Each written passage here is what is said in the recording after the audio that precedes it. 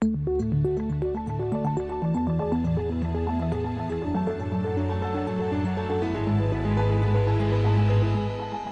This Morning.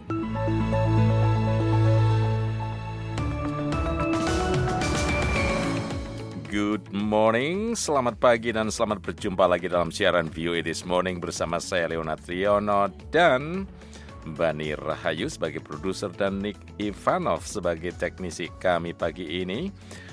Siaran edisi Jumat 16 Agustus 2024. Wow. Only one day before the Indonesian Independence Day, 17 Agustus. Jadi saya dan segenap kru VOA Seksi Bahasa Indonesia dengan ini mengucapkan Dirgahayu Republik Indonesia. Dan tentu saja selamat kepada semua pendengar yang bersuka cita menyambut hari besar ini yang selalu seru karena diramaikan dengan berbagai parade dan beragam lomba. Siaran ini dipancarkan langsung dari Studio 17 VOA di pusat ibu kota Washington DC. Berbagai laporan terkini dan informasi menarik telah kami siapkan untuk Anda, diantaranya Amerika, PBB, dan negara-negara Arab kecam kunjungan Menteri Garis Keras Israel ke Kompleks Al-Aqsa. It detracts from what we think is a vital time as we are working to get this ceasefire deal across the finish line. Rekam jejak dinilai vital untuk pilih pimpinan dan Dewan Pengurus KPK. Tapi dalami lebih lanjut, orang ini pernah disidangkan nggak? Kalau pernah disidangkan, apa sih yang muncul dalam proses sidangnya? Pendengar, Anda juga bisa menyimak siaran ini melalui streaming langsung di website kami www.voaindonesia.com atau melalui podcast VOA This Morning. Alright, kita segera mulai dengan berita dunia bersama Puspita Sariwati. Pendengar, Amerika mengeluarkan lebih banyak sanksi yang menarget jaringan perdagangan Houthi dan Hizbullah hari Kamis, kata Departemen Keuangan AS. Selain itu, juga meningkatkan tekanan terhadap Teheran dan kelompok-kelompok yang didukung Iran.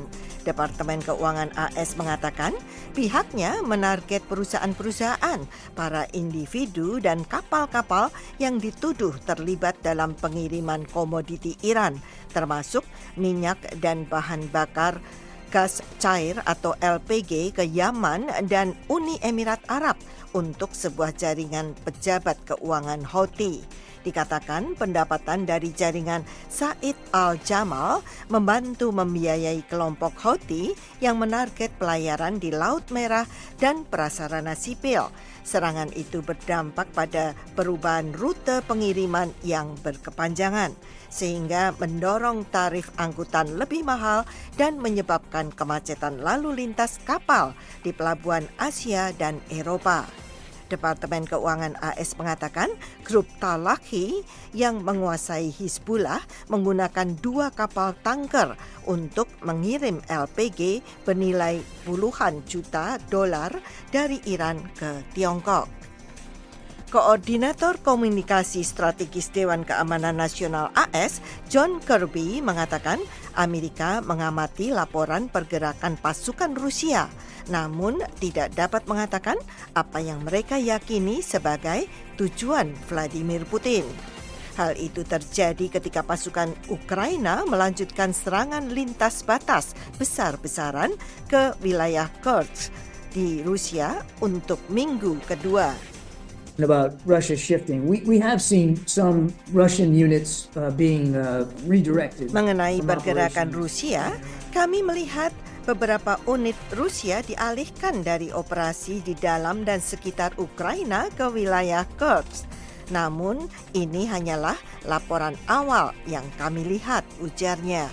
Pada hari Rabu, mereka mengaku telah menguasai lebih banyak wilayah, menangkap lebih banyak tahanan Rusia dan menghancurkan sebuah pesawat jet pembom. Komandan militer Ukraina mengatakan sejak Rabu pagi, pasukan penyerang telah maju 1 hingga 2 kilometer di beberapa wilayah Kursk. Ia juga mengatakan pasukan Ukraina menahan lebih dari 100 tentara Rusia. Operasi ambisius Kursk adalah serangan terbesar terhadap Rusia sejak Perang Dunia Kedua dan melibatkan hingga 10.000 tentara Ukraina yang didukung oleh kendaraan lapis baja dan artileri.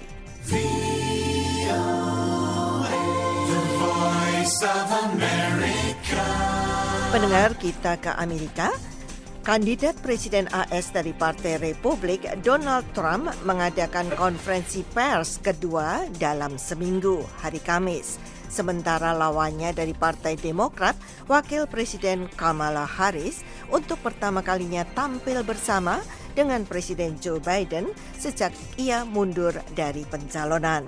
Trump menjawab 37 pertanyaan dalam konferensi pers selama 65 menit pekan lalu di kediamannya Mar-a-Lago, Florida.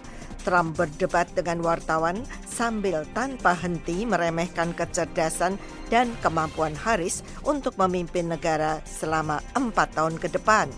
Trump mengadakan konferensi pers hari Kamis di Resort Golf Bedminster di New Jersey.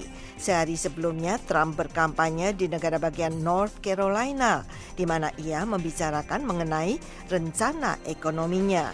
Harris jarang menjawab beberapa pertanyaan dari wartawan yang memantau kampanyenya. Ia juga belum mengadakan konferensi pers skala penuh atau melakukan wawancara tatap muka dengan tokoh media berita terkemuka.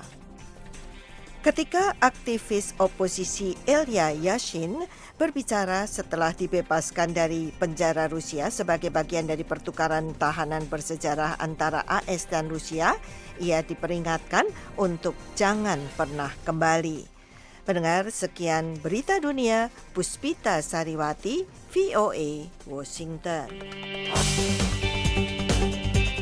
Ya, pendengar, kunjungan dan ibadah Yahudi yang dilakukan Menteri Keamanan Nasional Israel Itamar Ben-Gvir yang berhaluan garis keras bersama ratusan pendukungnya ke kompleks Masjid Al-Aqsa di Yerusalem yang selama ini menjadi titik ketegangan menuai berbagai kecaman.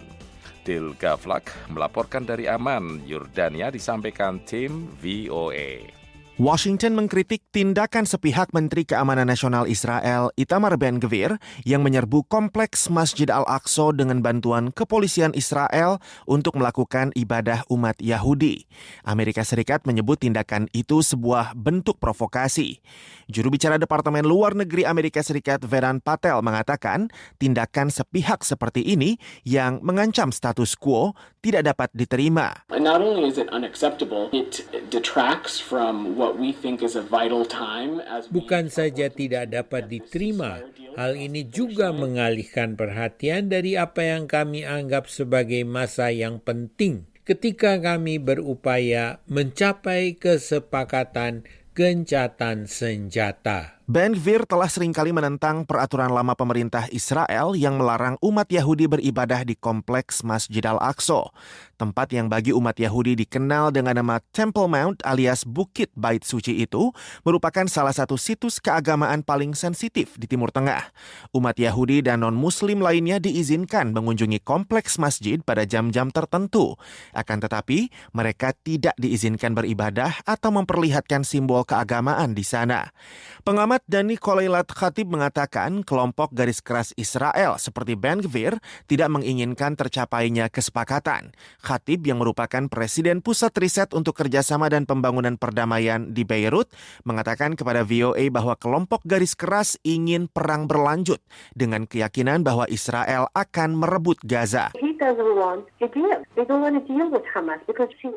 Mereka tidak menginginkan kesepakatan dengan Hamas karena begini. Jika saya ingin bersepakat dengan Anda, itu artinya saya mengakui keberadaan Anda. Jurnalis Palestina Daud Khutab yang juga mantan dosen Universitas Princeton mengatakan kepada VOA bahwa hak pengelolaan Yordania atas Al-Aqsa tercantum dalam perjanjian damai tahun 94 dengan Israel serta kesepahaman tahun 2014 yang diawasi oleh mantan Menteri Luar Negeri Amerika John Kerry dan disetujui oleh Perdana Menteri Israel Netanyahu dan Raja Yordania Abdullah. Violations of so many agreements, understandings, and peace agreements. Ini merupakan pelanggaran terhadap begitu banyak kesepahaman dan perjanjian damai negara Israel tidak dapat mengklaim bahwa dia hanya semacam sosok yang membandel. Dia adalah menteri dalam pemerintahan Netanyahu. Juru bicara Kementerian Luar Negeri Yordania Sufyan Qudah mengatakan tindakan sepihak Israel yang terus berlanjut serta pelanggaran status hukum dan bersejarah di Yerusalem membutuhkan respons dan perlindungan internasional yang jelas dan tegas. Untuk Del Gavlak, saya Rifan Dwi Astono, VOA Washington. Indonesia Corruption Watch atau ICW menegaskan rekam jejak merupakan hal paling penting dalam memilih pimpinan dan Dewan Pengarah Komisi Pemberantasan Korupsi KPK.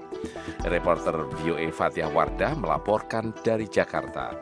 Peneliti di Indonesia Corruption Watch atau ICW, Kurnia Ramadana mendesak panitia seleksi atau pansel KPK untuk mengecek, menelusuri, dan mendalami rekam jejak tiap-tiap 40 calon pimpinan KPK dan 40 kandidat Dewan Pengawas KPK yang dinyatakan lolos tes kompetensi. Para kandidat yang lolos tersebut memiliki latar belakang pekerjaan yang beragam termasuk dari Kepolisian Republik Indonesia, Kejaksaan Agung, Mahkamah Agung, dan internal KPK. Dia meminta panitia seleksi berkoordinasi dengan lembaga pengawas di masing-masing institusi kandidat yang bersangkutan untuk menelusuri rekam jejak tiap calon, bukan hanya membuka pos pengaduan masyarakat. Jangan hanya bersandar pada dokumen administrasi soal putusan, tapi dalami lebih lanjut, orang ini pernah disidangkan nggak? Kalau pernah disidangkan, apa sih yang muncul dalam proses sidangnya?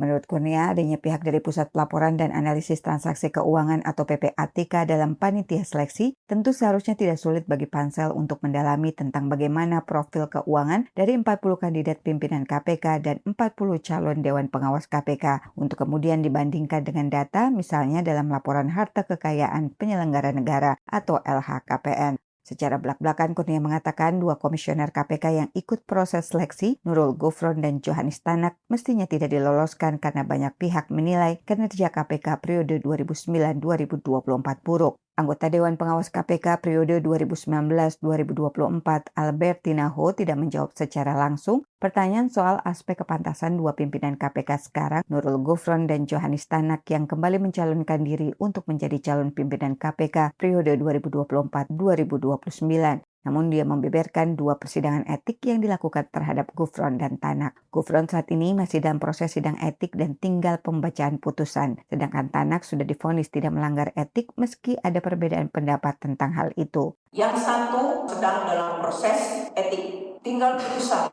Putusan belum bisa dibacakan karena yang bersangkutan itu dengan alasan haknya sebagai warga negara itu menempuh 3 upaya hukum.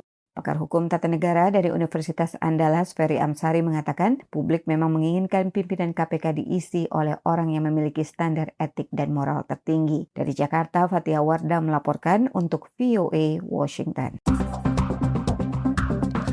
Pendengar Ikatan Keluarga Orang Hilang (IKOHI) mempertanyakan maksud dan tujuan pertemuan pimpinan Partai Gerindra dengan keluarga korban penghilangan paksa aktivis 1997-1998 di sebuah hotel dan dugaan pemberian uang tanda tali kasih yang dinilai sebagai upaya menghentikan proses hukum. Gita Intan melaporkan dari Jakarta. Pertemuan Ketua Harian Partai Gerindra, Sufmi Dasko Ahmad, dan Wakil Ketua Umum Partai Gerindra, Habibur Rahman, dengan keluarga korban penghilangan paksa aktivis 9798 di Hotel Fairmont Jakarta pada 1 hingga 3 Agustus lalu dan dugaan adanya pemberian uang senilai 1 miliar rupiah sebagai tanda tali kasih menuai kecaman keras. Sekretaris Umum Badan Pekerja Ikatan Keluarga Orang Hilang atau IKOHI, Zainal Mutakin, menyayangkan pertemuan yang disebutnya sebagai politik transasional untuk membungkam keluarga korban agar tidak melanjutkan gugatan hukum dalam kasus penghilangan paksa para aktivis 9798 yang menyeret nama Presiden terpilih Prabowo Subianto. Pertemuan yang menuai kecaman keras itu diinisiasi oleh Mugianto Sipin, salah seorang korban penculikan 98 yang selamat dan kini menjabat sebagai tenaga ahli di Deputi 5 Kantor Staf Kepresidenan. Pertama kali yang membuka pertemuan gelap tersebut adalah Fajar Merah, anak dari Wiji Tukul yang mempertanyakan motif apa yang dilakukan oleh Mugianto dengan mengundang para keluarga korban. Fajar pula yang membuka bahwa dia akan diberikan bagian dari uang 1 miliar oleh saudaranya yang diundang secara diam-diam juga oleh Mugianto. Fajar tidak mau menerima uang tersebut dan meminta untuk dikembalikan, namun saudaranya justru tidak mau mengembalikan uang itu. Bagi Ikohi, cara-cara seperti itu tidak etis dan tidak lebih dari sekadar upaya picik yang memanipulasi kerentanan ekonomi dan kelelahan fisik keluarga korban dalam mencari keadilan yang tak kunjung ditegakkan oleh otoritas negara. Anggota Dewan Penasehat Ikohi, Wilson, mengungkapkan meskipun pertemuan itu terjadi dan adanya pemberian uang tali kasih kepada keluarga korban, bukan berarti tuntutan proses hukum atas dugaan keterlibatan Presiden terpilih Prabowo Subianto dalam kasus penghilangan paksa aktivis 9798 berhenti begitu saja. Berdasarkan pasal 26 Undang-Undang Nomor 20 Tahun 2000, pelanggaran HAM berat tidak mengenal kadaluarsa. Menurutnya, Sufmi Dasko Ahmad berharap dengan pemberian uang tersebut kasus akan selesai. Namun, tidak demikian. Dalam kesempatan yang sama, anggota Dewan Penasehat Ikohi sekaligus Direktur Amnesty International Indonesia, Usman Hamid, menegaskan, ketika ia ditetapkan sebagai kejahatan terhadap kemanusiaan, maka ia tidak bisa diputihkan karena daluar. Tidak bisa diputihkan karena orangnya merasa pernah ada pengadilan dahulu yang divonis sudah ada dan saya pernah divonis, saya sudah dibebaskan. Dari Jakarta, Gita Intan melaporkan untuk VOA Washington.